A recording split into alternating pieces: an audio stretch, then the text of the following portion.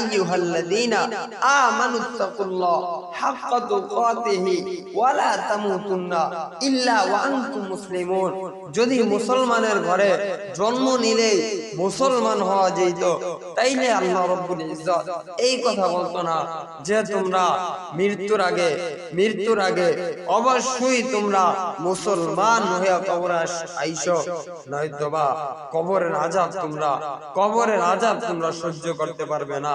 কবর তোমাদের সাথে ভালো ব্যবহার করবে না, কবরের সাথে তোমরা পারবে না, কবরের ভিতরে তোমরা থাকতে পারবে না।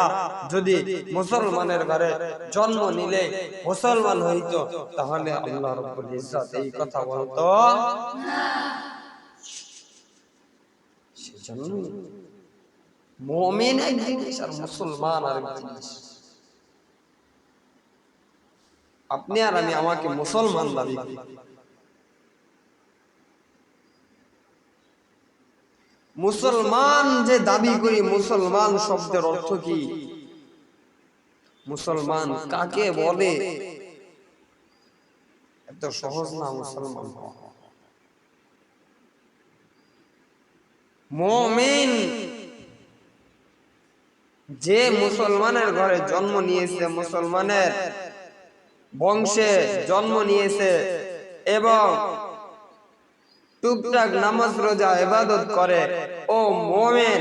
কিন্তু মুসলমান হওয়ার জন্য একান্ত আল্লাহ রাব্বুল ইজ্জতের পুরোপুরি ইবাদত করতে হবে, পুরোপুরি আল্লাহ রাব্বুল ইজ্জতকে মানতে হবে, তার হুকুমগুলো পুরোপুরি মানতে হবে, তার রাসূলের সুন্নাতকে অনুকরণ করতে হবে। এরপরে নিজের জীবনকে যখন আল্লাহ তার রাসূলের কথা অনুযায়ী যখন আমরা নিজের জীবনকে পরিপূর্ণ তাদের অনুকরণ করতে পারব, তখন আমরা হব মুসলমান।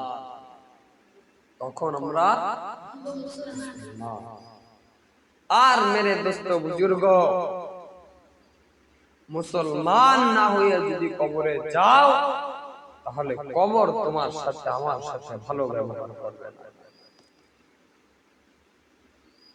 কবর ডাক দিয়া বলে, কবর যে হে মানব জাতি, তোমরা আমি কবরের যা কিছু দরকার তোমরা তা নিয়ে এসো, আমি কবরের খাদ্য নিয়ে এসো। আমি কবর তোমার কাছে কি চাচ্ছি? তুমি দুনিয়ার ভিতরে ঘর ভাড়া নিলে টাকা দিতে হয়, নিজে বাড়ি করলে জায়গা কিনতে হয়, ঘরের জন্য ইট সিমেন্ট বালু কিনতে হয়, কিন্তু এই কবরের ভিতরে আমার ভিতরে তুমি থাকবে আর আমাকে কিছু দিবে না, এটা হতে পারে না।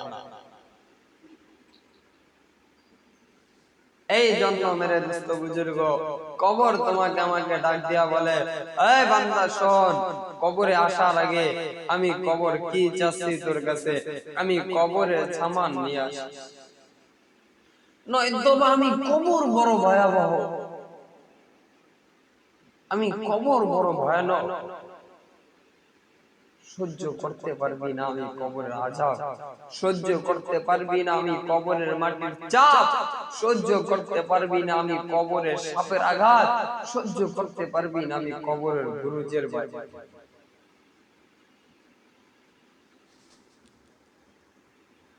এই জন্য মেরে দোস্ত বুজুর্গ, পায়ে হাত রেখে বলি তোমার জীবনটাকে পরিবর্তন করো, জীবনটাকে আল্লাহ রাসূলের পথে চালাও।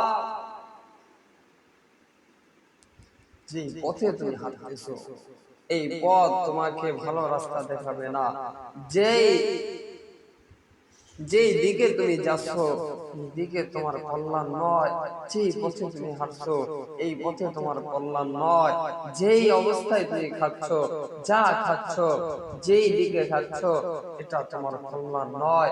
মেরে দোস্ত বুজুর্গ, প্রত্যেকটা সূক্ষ্ম বিষয়ে তুমি আল্লাহ এবং রাসূলকে অনুকরণ করো, তবেই মিলবে জান্নাত। জান্নাত তো সোজা নয়, জান্নাত এত সহজ নয়। নিজের জীবনকে পরিবর্তন করো, প্রত্যেক বিষয়ে নিজের জীবনকে রাসূলের অনুকরণ করো। তুমি আমি চুল কাটতেছি, চুল কাটার ভিতরে রাসূলের অনুকরণ করো। তুমি আর আমি জামা পরতেছি, জামার ভিতরে রাসূলের অনুকরণ করো। তুমি আমি লুঙ্গি পরতেছি, লুঙ্গির ভিতরে রাসূলের অনুকরণ করো। তুমি আমি খাচ্ছি, খাওয়ার ভিতরে রাসূলের অনুকরণ করো। তুমি আমি কাজ করছি, কাজের ভিতরে রাসূলের অনুকরণ করো। তুমি আমি চাকরি করছি, চাকরির ভিতরে রাসূলের অনুকরণ করো। তুমি আর আমি রাজনীতি করছি, রাজনীতিতে রাসূলের অনুকরণ করো। তুমি আমি ব্যবসা করছি, ব্যবসার ভিতরে রাসূলের অনুকরণ করো। তুমি আর আমি নিজের কাজ কর্ম করছি, প্রত্যেক কাজে রাসূলের অনুকরণ করো। হাঁটতেছি, রাসূল কোন পা আগে দিছে হাঁটার বেলায় সেইটা অনুসরণ করো। রাসূল রাস্তার কোন পাশ দিয়ে হাঁটছে সেইটা তুমি অনুসরণ করো। রাসূল যখন ব্যবসা করতেন, রাসূল কিভাবে ব্যবসা করতেন, কতটুকু ব্যবসা করতেন, মাপার বিনিময়, মাপার ব্যাপারে কতটুকু সতর্ক ছিল রাসূলুল্লাহ সাল্লাল্লাহু আলাইহি ওয়াসাল্লাম। চুল কাটতেন, তিনি কিভাবে চুল কাটতেন, সাহাবায়ে কেরামকে কিভাবে চুল কাটার আদেশ করছে, তুমি সেইটা অনুকরণ করো। রাসূল জামা পরছে, তুমি সেই জামা, রাসূলের জামার অনুসরণ করো। রাসূল লুঙ্গি পরছে, কতটুকু পাওয়া পড়ছে, কি পরিমাণ নিচে দেয়া পড়ছে, তুমি সেইটা অনুকরণ করো। রাসূল কোন বাতের কোন পাশ দিয়ে খাইছিল, কিভাবে খাচ্ছিল, কোন হাত দিয়ে খাচ্ছিল, খাওয়ার আগে দোয়া পড়ছে, খাওয়ার ভিতরে দোয়া পড়ছে, খাওয়ার শেষে দোয়া পড়ছে, খাওয়ার পরে কিভাবে হাত ধুইছে, কিভাবে হাত চেটে খাইছে, প্লেট চেটে খাইছে, সেইটার তুমি অনুকরণ করো।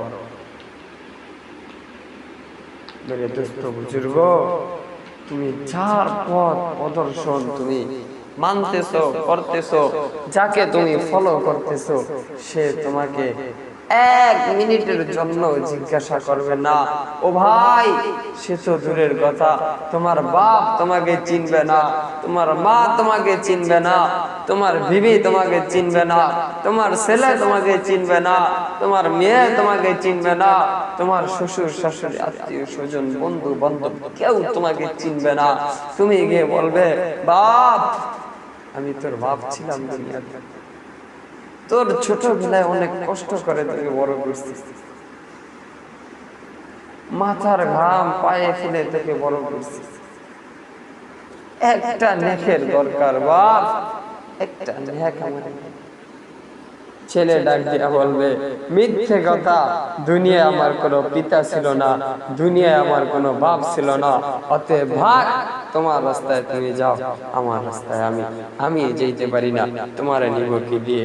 কিন্তু মেরে দোস্ত বুজুর্গ, যদি সন্তানটাকে দ্বীনি ইলম শিক্ষা দিতা, যদি সন্তানটাকে আলেম বানাইতা, তবে হয়তো আশা করা যেত যে